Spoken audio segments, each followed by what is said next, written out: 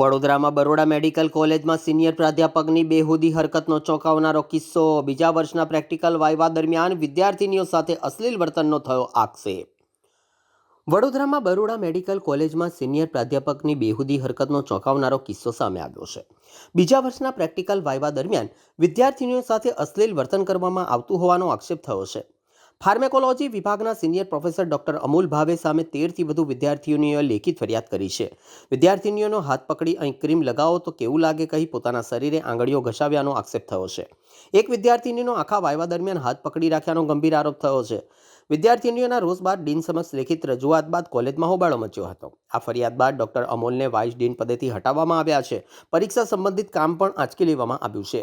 9 સભ્યોની women's harassment committee સમક્ષ આ મામલો મોકલવામાં આવ્યો છે. આગામી સપ્તાહે કમિટીની બેઠક યોજાશે. પ્રોફેસર ડોક્ટર અમોલ ભાવે પોતાના પર લાગેલા તમામ આક્ષેપ ફગાવ્યા છે. વાઇસ ડીન પદેથી પણ જાતે જ હટી ગયા હોવાનું પ્રોફેસરનું રટણ છે. જાન્યુઆરીમાં આ વાઇવા યોજાઈ હતી. વાઇવામાં ક્રીમ ઓઇન્ટમેન્ટ અંગેનો સવાલ થયો હતો. પરીક્ષાર્થી યોગ્ય રીતે ક્રીમ ન લગાવે તો કેવી રીતે લગાવી તે શીખવ્યું હતું. હાલ તો આ ઘટના બનતા ચકચાર મચી હતી. નમસ્તે. આજે જે તમે પેપરમાં વાંચ્યું કે આ વાત જે તમે જાણો છો, સાચે આ રીતે કોઈ જ રીતે મારા તરફથી છેડતી કે હું કંઈક રોંગ ઇન્ટેન્શન્સથી એમને અડક્યો એવું કોઈ દિવસ આજ દિન સુધી મેં કર્યું નથી. હમણાં પણ કોઈ જ એવા ઇન્ટેન્શનથી કે કશું જ નોટ એટ ઓલ. આ ફર્સ્ટ ટાઈમ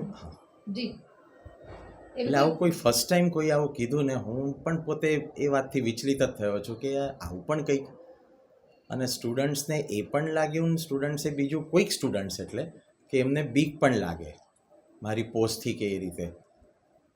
હવે મને સાચે આ વાતનું તો આટલા વર્ષોથી હું આ કામમાં છું, સ્ટુડન્ટ્સ ડીન રહ્યો 5-6 વર્ષ, આ પોસ્ટ પર છું. એટલે હું આવી વાત કરું તો 2012-13 કે ત્યારથી હું આ બધા કામમાં ઇન્વોલ્વ છું. કોઈ દિવસ સ્ટુડન્ટ મારથી ગભરાયા હોય આવું જાણીને તો અમુકને હસવું આવ્યું કે મારથી કેમ ગભરાય, પણ એ જાણીને મને તો સાચે જ બહુ દુઃખ થયું કે સ્ટુડન્ટ્સ મારથી ગભરાતા હોય. કોઈ આ હમણાંના સ્ટુડન્ટ વિદ્યાર્થીનીએ લેખિતમાં ફરિયાદ પણ કરી છે કે આપે એમને બદ ઇરાદાથી એમને ટચ કર્યું છે અને બેડ ટચ કર્યું છે. બદ ઇરાદો જે શબ્દ તમે વાપર્યો ને, ગુજરાતી છો, હું નોન ગુજરાતી છું પણ યસ અહીંયા રહું છું એટલે ગુજરાત માટે મહત્વનું. એવું કોઈ જ એમને લાગ્યું ચોક્કસ. એટલે જ મેં એવું પણ ગઈકાલ કીધું, મેં કીધું જો સ્ટુડન્ટને લાગ્યું હોય તો મને કીધું હોત તો મેં એને માફી માગી હોત કે બેટા તને આવું લાગ્યું. અને હું જ્યારે પણ મેડમ એડ્રેસ કરું ને રૂટીન વસ્તુ છે કે બેટા આવો કહીને આ એક છે, કારણ કે આ મારો સન ડોટર લોકો આ ઉંમરમાં છે એટલે it is something like same children જે વર્ષોથી છે. હવે સર મારું MBBS MD મેં આખું અહીંથી કર્યું 1990થી, અને પછી 98-99 ઓનવર્ડ્સ 28 વર્ષથી હું અહીંયા જ ફરજ બજાવું છું અને એકેડેમિક્સમાં જ. અને છેલ્લા કેટલા વર્ષોથી હું આવી રીતે સ્ટુડન્ટ્સ અફેરને એક્ઝામ્સ ને બધા જ કામમાં હોઉં છું કેટલાય વર્ષોથી. આ દુઃખની વાત થાય સાચે કે કોઈ મારથી ગભરાઈ રહ્યું છે. બિલકુલ. પ્રેક્ટિકલ પરીક્ષા વખતે કોઈ વાઇવા દરમિયાન એવા સવાલો પૂછવામાં આવ્યા હતા કે જેના લીધે વિદ્યાર્થીનીને આવું લાગ્યું? સર એટલે મેડમ મારું એવું માનવું છે કે વાયવાવાળી જ વાત કદાચ કોઈકને, તમે જે બદ ઇરાદો કીધો ને, એટલે એ એમને કોઈને લાગ્યું છે એવું કે આ સરે ડેમોન્સ્ટ્રેટ કર્યું એમનામાં, મારે કીધું જે 2 સેકન્ડની વાત હોય કે 5 સેકન્ડનું ડેમોન્સ્ટ્રેશન થોડી મિનિટ્સનું હોય તો એમને એવું લાગ્યું હશે. એટલે જ તો હું કહું છું કે અરે બેટા આ વસ્તુ કીધી હોત તો હું ત્યારે જ માફી માગું છું. અને તમને જો સાચે બીક લાગી હોય તો આઈ એમ લિટરલી દુઃખ બહુ થયું, પણ છતાં એમાં હું સોરી કહું કે બેટા મારથી તમે ગભરાવતા હતા. જે વાત થઈ ઓઇન્ટમેન્ટ કે ક્રીમ જે લગાવવાની વાત થઈ, આ રીતે લગાવો એવી કોઈ વાત બની નથી? બસ એ જ તો પૂછીએ વસ્તુ કે ભાઈ તો કેવી રીતે લગાવે, સાચું ખોટું. જેમાં ખોટું હોય તો આપણે કહીએ કે ના કઈ રીતે આ ખોટું છે, સાચું કરીને બતાવો કેવી રીતે, કાં તો હું અહીંયા બતાવું, કાં તો એમને કહું કે બેટા તારા હાથ પર એટલે અહીંયા આ પોર્શનમાં, બસ પતી ગયું. એ મારામાં કેમ લગાડે? આજે પેપરમાં એવું લખ્યું છે કે કોઈ, હું એવું કહું છું કે મારા હાથ પર ક્રીમ કે મારા પર શરીર પર ક્રીમ લગાડ. સર એ ત્યાં બેઠશે, હું અહીંયા બેસું, અહીંથી કયા ભાગમાં આવીને ક્રીમ લગાડવાના છે? આ મેડમ સાચે એટલે હું બહુ ઓનેસ્ટ છું આ વાતમાં. તો આપના પાસેથી કોઈ ખુલાસાઓ લેવામાં આવ્યા છે? કોઈ આપને વાઇસ હા ડીન પદ મેડમ પરથી પણ દૂર સાચે કરાયા? ના ના એવું વસ્તુ એ છે, આની કમિટીએ બની ગઈ. હમ. કમિટીએ મને બોલાય ખરો. મેં તમને કીધું કે આ કમિટીના ચેરમેન બાય ચાન્સ 7 દિવસ રજા પર છે, કારણ કે એમનું પહેલેથી પ્રી પ્લાન્ડ હતું, એટલે આ વસ્તુ અટકી રહી છે. બાકી કદાચ આજે તમે લોકો આ પૂછવા આવ્યા જ ના હોત, કારણ કે એના પહેલાં જ જે કંઈ રિઝલ્ટ છે ને બધું ક્લિયર થઈ ગયું હોત ને તમે કદાચ બીજું કંઈ પૂછવા આવ્યા હોત. પણ એ 7 દિવસ નથી ને એટલે લેટર ક્યારે લખવામાં આવ્યું છે? ઘટના ક્યારે છે અને ક્યારે લેટર આપવામાં આવ્યું? સર એ મને નથી કહેવામાં આવ્યું. કમિટીની રચના ક્યારે થઈ, તમને ક્યારે ખબર પડી આ કમિટીની રચના થઈ છે? ઘટના મને- ક્યારની બની છે? વાયવા ક્યારે હતી આ વાયવા તો જાન્યુઆરીની વાત છે. મને સર એવું તો ના ખબર હોય ને, મને તો હમણાં ફેબ્રુઆરીની 19 તારીખે 19 કે 20 તારીખે મને બોલાવવામાં આવ્યો. મેં કીધું એ ખરું, અને અનફોર્ચ્યુનેટલી એ ચેરપર્સન 7 દિવસ નથી, એટલે હવે મંડે આવશે એટલે મને ફરી બોલાવશે. આપને પણ- પદ પરથી આપને દૂર કરવામાં આવે છે, સાચી વાત છે? દૂર કરવામાં કરતાં છે ને પહેલાં હું સાચે એવું કહીશ, મેં તમને મેડમ કીધું ને કે આ જ્યારે જાણ્યું ને કે એક તો કે કોઈ મારા માટે આ વસ્તુ કહી રહ્યું છે કે વિચારી રહ્યું છે, અને સેકન્ડલી એ મારાથી ગભરાઈ રહ્યું છે.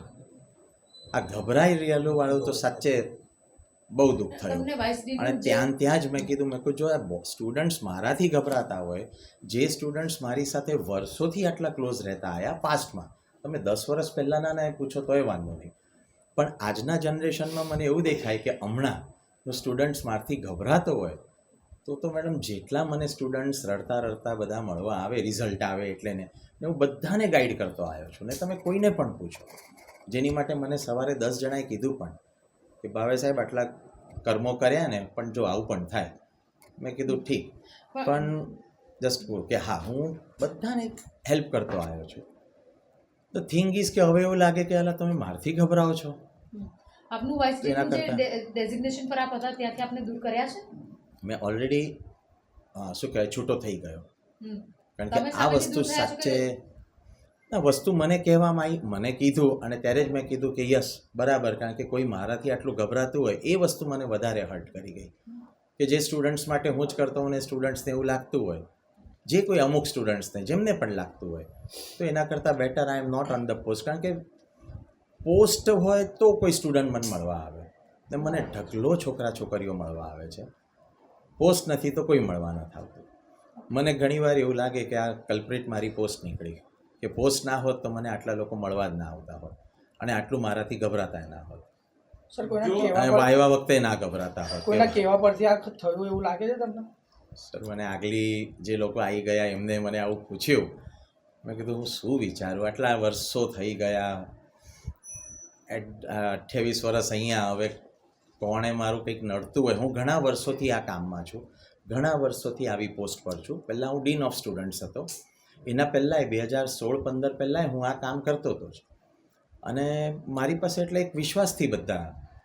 એટલે હવે તમે જે પૂછો છો એવું કોઈકને કંઈક હશે મનમાં તોય મને ક્યાંથી ખબર, પણ એટલું છે કે હા એટ ધ એન્ડ મને એવું થાય કે યાર સ્ટુડન્ટ્સને આટલું મારી માટે ખરાબ ફીલ થાય કે એ થાય, એના કરતાં હું જ એમને સોરી કહું કે બેટા તમે આવું વિચારો છો, ના વિચારતા. મારા તરફથી કંઈ જ એટલે કંઈ જ એવા ઇન્ટેન્શન નથી. મને કોઈ તમને ગભરાવાનો કોઈ કે ડરાવવાનો શું.